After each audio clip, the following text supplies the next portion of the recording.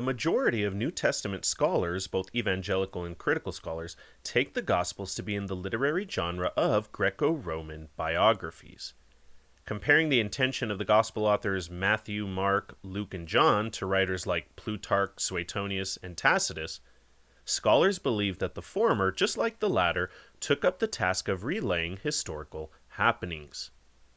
As biblical scholar Craig Keener notes in his work, The Historical Jesus of the Gospels, as works focused on a single historical character, drawing on significant amounts of historical tradition, the Gospels are most readily recognized as ancient biography. The late scholar Graham Stanton echoes Keener's sentiments in his book, Gospel Truth. The Gospels are biographies. They tell the story of the career of Jesus in order to persuade the reader of his significance. I think I'm largely in agreement with the consensus of scholars that the majority of the Gospel authors were at least attempting to pen biographies of Jesus with a commitment to historicity. I do believe, though, that the theological as well as the apologetic motivations of the authors, or the traditions they drew their material from, muddied the waters of history much more than evangelicals would like to admit. Nevertheless, the intent of the Gospel authors for the most part is, I believe, rooted in a desire to relay the believed true happenings of Jesus of Nazareth. The question then immediately presents itself: how historically rigorous were the Gospel writers? After all, we have mountains of writings from a plethora of historiographers from antiquity, and all these historians, as well as their writings, exist on a spectrum of reliability and rigorous methodology. Historians of antiquity such as Thucydides, Polybius, and Tacitus are known to be amongst the most reliable due to their impartiality, critical evaluation of their sources, which they preferred to be comprised of eyewitnesses, and doing their best to avoid legendary exaggerations and myth. Some historians at the other end of the spectrum are the likes of Suetonius, Ctesias of Cnidus, and Pausanias. These historians are notoriously less reliable than their counterparts due to their affinity for recording sensationalist hearsay, their blending of myth with history, their lack of critical inquiry and measured skepticism, and their lack of transparency in divulging the sources and traditions from which they acquired their accounts. History was a lot harder to objectively record in antiquity, as, unless the historian was an eyewitness or had access to official records, stories and happenings were largely passed down through oral traditions and hearsay. The historiographer needed to employ due skepticism and critical methods in order to separate the historical wheat from the legendary chaff. And an exemplary historian ought to have been transparent about their sources and the process whereby they arrived at what they believed to be the historical bedrock. Again, this is what separates great historians of antiquity from those that are much less reliable. Now, back to the Gospels. The question again is, how historically rigorous were the Gospel writers? Are the Gospel writers more in line with exemplary historians such as Thucydides or Tacitus, or have they more in common with the historical shortcomings of Suetonius or Pausanias? Well, let's begin with our first two Gospel authors, Mark and Matthew. What do we know about the authors Mark and Matthew? Well, not a whole lot, at least not from the Gospels themselves, as the Gospels are internally anonymous. Nowhere internal to the Gospels do we get any explicit hint at the identity of Mark or Matthew. Even assuming the evangelical view of traditional authorship, i.e., that Mark was written by John Mark, who was a companion of the Apostle Peter and is essentially relaying Peter's eyewitness testimony, and that Matthew was written by Matthew the tax collector, one of the 12 disciples of Jesus, even assuming this traditional authorship, nowhere in the Gospels themselves are we able to make this inference. Now, my present goal is not to call traditional Gospel authorship into question. That's a separate video for another time. Rather, my goal is to argue that because the Gospels of Mark and Matthew are internally anonymous, this detracts from their potential reliability and historical rigor.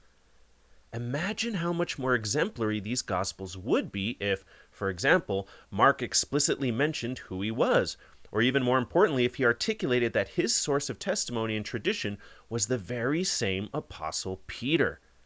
Consider how much more credibility, not just as a historical document, but as an ecclesiastical document, the Gospel of Matthew would have been if it took steps to clearly identify that one of the original 12 was relaying his first-hand accounts of Jesus' ministry. A great historian, when he has leverage to use, uses that leverage to bolster the credibility of his historical medium. If a historian himself has access to first-hand accounts, or even better, is an eyewitness himself, it would be prudent to mention this. To highlight a few quick examples from notable historians in antiquity, in Greek historian Polybius's The Histories, he states, "About this latter, owing to the importance of the actions and the unexpected character of the events, and chiefly because I not only witnessed most, but took part and even directed some, I was induced to write as if starting on a fresh work." In Greek historian Herodotus's The Histories, he states, "Hitherto my own observation and judgment and inquiry vouch for that which I have said. But from this point onwards I tell the Egyptian stories that I heard, and also some things I have myself seen." Greco-Roman historian Cassius Dio in his Roman History states, "And let no one feel that I am sullying the dignity of history by recording such occurrences. On most accounts, to be sure, I should not have mentioned this exhibition, but since it was given by the emperor himself, and since I was present myself, and took part in everything seen, heard, and spoken, I have thought proper to suppress none of the details, but to hand them down, trivial as they are, just like any events of the greatest weight and importance." There are a plethora of other examples I could highlight here, but hopefully that small sample size will suffice. The point is that we don't see anything like this in the Gospels of Mark and Matthew. We're not given any explicit internal clues as to the identity of the authors of these Gospels, nor are we given any articulation of their proximity to first-hand or second-hand accounts. And because of this, we have absolutely no idea what the sources are, let alone how close the authors were to the things they recorded. Given the supposed traditional authorship of these Gospels, would we really expect them to be so barren when it comes to relaying the status of their sources and traditions? After all, if Mark is based on Peter's first-hand testimony, then why is this not made explicitly clear by Mark? This should be the first or last thing mentioned in the Gospel, or it should be made clear when Peter comes on the scene in the narrative that from this point on, all things are predicated on Peter's testimony. And if Matthew is written by one of the 12, then it completely strains credulity that he wouldn't go out of his way to mention this. And of course, even if we assume traditional authorship, there are a multitude of occurrences in the Gospels where neither Peter nor Matthew are present. Matthew didn't witness the birth of Jesus, so what exactly is the source of this narrative? In Mark, Jesus is arrested and brought before the high priest in the middle of the night and is subsequently brought before Pilate. But this all takes place after the disciples, including Peter, fled. So what exactly is the source of this narrative? In Matthew, Jesus is in the wilderness and has a conversation with Satan. No one was there to witness this conversation, so again, what exactly is the source of this narrative? Now, please don't misunderstand me. I'm not claiming that one cannot provide plausible sources that could have relayed these stories to Mark and Matthew. Jesus' family obviously could have sourced the story of his miraculous birth. Those present at the trial of Jesus could have sourced that story as well. And Jesus himself could have told the disciples of his temptation in the wilderness. None of these hypotheticals are relevant, though. We're not currently interested in possible sources. We're interested in the actual sources. Where did these stories come from, and at what stage in the tradition did they appear? We don't know. And do you know why? Because Mark and Matthew are not rigorous historians who transparently elucidate their sources and methodologies. They leave us completely in the dark regarding where these stories are sourced from. Again, this is not optimal historiography. If you read historians like Polybius or Tacitus, they are very careful to 1. Name their sources, 2. Explain how their sources are relevant, and 3. Exercise caution and skepticism where it's appropriate. Take a look at how Greek historian Herodotus displays exceptional historiography. In the Histories, he states, "Now whether Xerxes did indeed send a herald to Argos, saying that which has been reported, and whether envoys of the Argives who had gone up to Susa inquired of Artaxerxes concerning friendship, I am not able to say for certain, nor do I declare any opinion about the matters in question, other than that which the Argives themselves report. I, however, am bound to report that which is reported, though I am not bound altogether to believe it. This is exemplary historiography. Herodotus explicitly names his source for the story and exercises caution and skepticism about whether the story is to be believed. He makes clear that he's merely an objective bystander, relaying what was reported and by whom. We see nothing of this sort in Mark or Matthew. We don't know their sources, which again is relevant even assuming traditional authorship. And because we don't know their sources, we have no ability to evaluate the reliability and credibility of those sources. And on top of this, Mark and Matthew are hardly objective bystanders relaying unbiased history. Their sole purpose is to spread the good news of Jesus the Messiah. Now, does this entail that what they're writing is false? Of course not. But it does mean that they are in contrast with a historian like Herodotus, who is merely reporting what he has received and is not predisposed to believe it. Mark and Matthew, on the other hand, are writing only because they believe, and this casts doubt on their ability to relay accounts and information objectively. Did they critically evaluate their sources and critically investigate things they weren't present to witness? Or did they simply believe what they were told if it fit in with their already formulated theology? Did they survey competing reports and accounts, and if so, how did they evaluate these reports? And if they were prudent enough to do all this, why did they not elucidate that they did so in their Gospels? We simply have no answers whatsoever concerning these crucial questions. Whatever is going on with Mark and Matthew, then, they are substandard historiography, to say the least.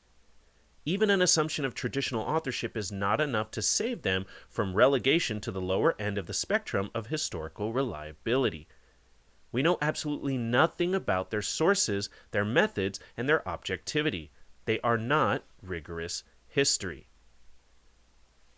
Now, what about the Gospel of Luke? Even if one grants that Mark and Matthew aren't first-rate historians, Luke is generally taken by evangelical scholars to be in a class of his own. New Testament scholar Darrell Bock, in his commentary on Luke, states, Luke's concern for historical detail and his access to eyewitness and written sources make him a historian of exceptional quality for his era. His work reflects a careful investigation that aligns with the standards of Greco-Roman historiography. I would imagine that Bock has passages like Luke chapter 3 verses 1 through 3 in mind when he remarks on Luke's knack for historical detail. Notice that in these 3 verses, Luke gives a wealth of historical knowledge. He names 7 historical figures: Roman Emperor Tiberius Caesar, Roman Governor Pontius Pilate, Tetrarch Herod Antipas, Philip the Tetrarch, ruler Lysanias, and high priests Annas and Caiaphas, as well as highlighting the regions over which they governed. A passage such as this demonstrates Luke's attention to detail as well as his intention to record accurate history. Luke is here writing just as meticulously as we would expect Thucydides or Tacitus to write. Another one of Luke's often highlighted passages is his opening prologue in Luke chapter 1 verses 1 through 4. Luke begins, "Since many have undertaken to compile a narrative about the events that have been fulfilled among us, just as they were handed on to us by those who from the beginning were eyewitnesses and servants of the word, I too decided, as one having a grasp of everything from the start, to write a well-ordered account for you, most excellent Theophilus, so that you may have a firm grasp of the words in which you have been instructed." This passage is, among evangelical scholars, taken to place Luke within the discussion of some of the exemplary historians we've already mentioned. In this passage, Luke is being transparent about his intentions in formulating his own narrative account, as well as highlighting that he has access to sources that he's used to compose, quote, a well-ordered account. He also bolsters his credibility by articulating that he has had, quote, a grasp of everything from the start. This is, again, first-rate historiography on Luke's part, according to evangelical scholars. Luke has demonstrated his credibility to even be writing the narrative in the first place and has made the case for his historical reliability by tethering his account to knowledge of prior eyewitness sources. What more can one ask of a historian such as Luke? Well, a lot, actually. There's still much we can ask of Luke that he doesn't provide us with. See, while I agree that even based on Luke's prologue alone, he's already head and shoulders above Mark and Matthew, this prologue is not as meticulous as it appears. First, Luke does not actually claim to have access to eyewitness sources. If we read the prologue carefully, Luke is only claiming that the traditions handed down, quote, to us originally stem from eyewitnesses. He hasn't made any claim to have interviewed these eyewitnesses, nor does he even claim to know them personally. He indeed may have followed, quote, everything from the start, but we don't know exactly what this entails. Luke appears to say a lot without really saying enough. Moreover, nothing that Luke articulates in this prologue illuminates his historical methodology. He says he followed everything from the start, but we don't know his specific sources, nor how critically he viewed them. He mentions narratives that have been compiled, which likely points to Mark and Matthew, and since Luke contains approximately 50% of Mark and approximately 65% of Matthew, then Luke is likely using these narratives as his primary sources. But why doesn't he mention that? Why doesn't Luke name his sources? Thus, even though Luke is assuredly a more polished historian than Mark or Matthew, his work still falls short in many of the same ways that the preceding gospel narratives did as well. We lack explicit mention of sources, nor are we privy to how critically the sources were evaluated in the first place. We don't know how critically Luke investigated these things, and again, we know nothing about competing reports and accounts and how those accounts were evaluated. Luke leaves us in the dark on all of this. Now, perhaps the viewer believes I'm being overly and unfairly critical of Luke. Am I holding him to standards as a historian that I wouldn't apply to other historians of antiquity? Well, I don't believe so. For instance, let us survey an example from the Roman historian Suetonius in his The Lives of the 12 Caesars regarding the birth of Caligula. Suetonius' account is rather long, so I will only highlight the important aspects of his writing that demonstrate his critical evaluation. Gaius Caesar was born the day before the calends of September. Conflicting testimony makes his birthplace uncertain. Gnaeus Lentulus Gatellicus writes that he was born at Tibur, Pliny the Elder among the Treveri, in a village called Ambitarvium above the confluence. Verses which were in circulation soon after he became emperor indicate that he was begotten in the winter quarters of the legions. I myself find in the Acta Publica that he first saw the light at Antium.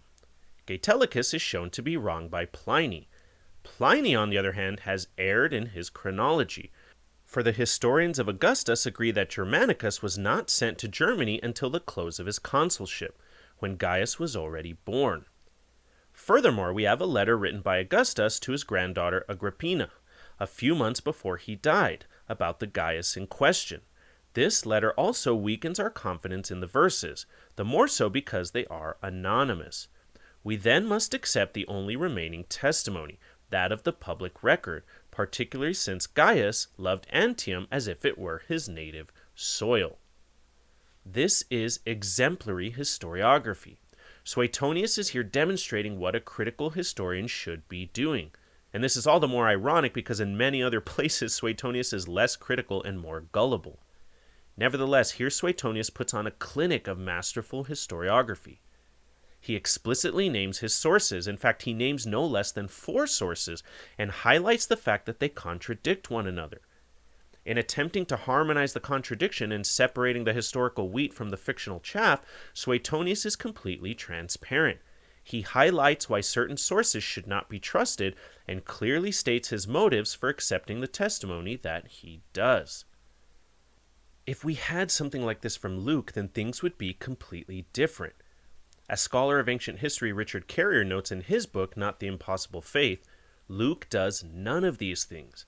He never even mentions method, much less shows his methods to us, or any critical judgment at all. He never names even a single relevant source, nor does he give us anything like a useful description of any of his sources, and he certainly never tells us which sources he used for which details of his history or why. And Luke must surely have known there were conflicting claims, yet he never tells us about them, but instead just narrates his account as if everything were indisputable, never once telling us how or why he chose one version or detail and left out others. Luke, then, is not a first-rate historian either. Again, is he superior to Mark and Matthew? Indeed, but not by much, especially since he uncritically employed the use of the majority of Mark and Matthew, themselves uncritical and ambiguous sources, within his own narrative. So the synoptics taken together are not rigorous historiography. Now, the last man standing here is the author of the Gospel of John. Now, the Gospel of John has so many more historical issues than the synoptics that it would take an entire video in and of itself in order to enumerate and elucidate them. And this is a video that I do plan on releasing in the near future. Suffice it for now for me to just list a few of the most glaring issues with John. Just like the synoptics, John's Gospel does not explicitly or unambiguously name its author. To be fair, it does claim to identify its author with the disciple whom Jesus loved, but we're not given any clear indications who this is. We're left to figure this out on our own. Church tradition has settled on it being John the son of Zebedee, but again, just like Mark and Matthew lack any internal clues that would link their accounts to the disciples Peter and Matthew, John lacks internal clues that would unambiguously link the beloved disciple with John the son of Zebedee. We as readers have to try to work like literary detectives to figure it out. On top of that, John's theology is so wholly unlike the synoptics that it makes it difficult to reconcile the two disparate portraits of Jesus. Moreover, these conflicting portraits make it difficult to determine historiographically why parts of John are not in the synoptics and why parts of the synoptics are not in John. The synoptics and John are not two sides of the same coin, they're two completely different coins. Just like the synoptics, John is completely devoid of historical methodological transparency. Even if you assume John was written by an eyewitness, we still know John used other sources and traditions for his account, and he very likely was familiar with the synoptics. And so, as we've mentioned earlier with the other Gospels, were John a historian worth his salt, he would be transparent regarding his sources, methodology, and critical evaluations, or lack thereof. But he's not, because he's more concerned with theology than critical historiography. As the Gospel articulates in chapter 20, verse 31, "But these are written that you may believe that Jesus is the Messiah, the Son of God, and that by believing you may have life in his name." So John's Gospel was not written as a purely dispassionate historical treatise. It was written as the work of religious evangelization. Does this de facto make it unhistorical? Well, no, but it demonstrates that John had other intentions than recording purely objective history.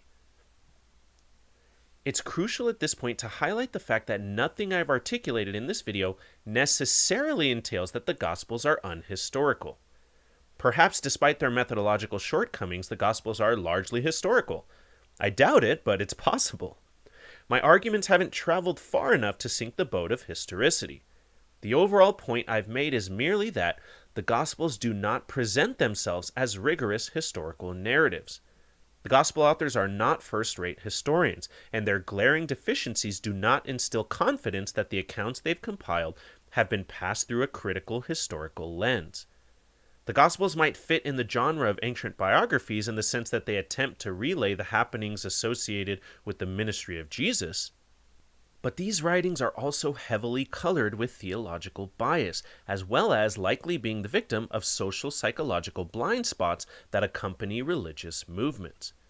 And because the authors of the Gospels are not transparent in naming and identifying themselves, as well as their sources, as well as articulating their methodology and how calibrated their skepticism is or is not, we are simply in the dark on too much to be able to have confidence in the reliability of these accounts.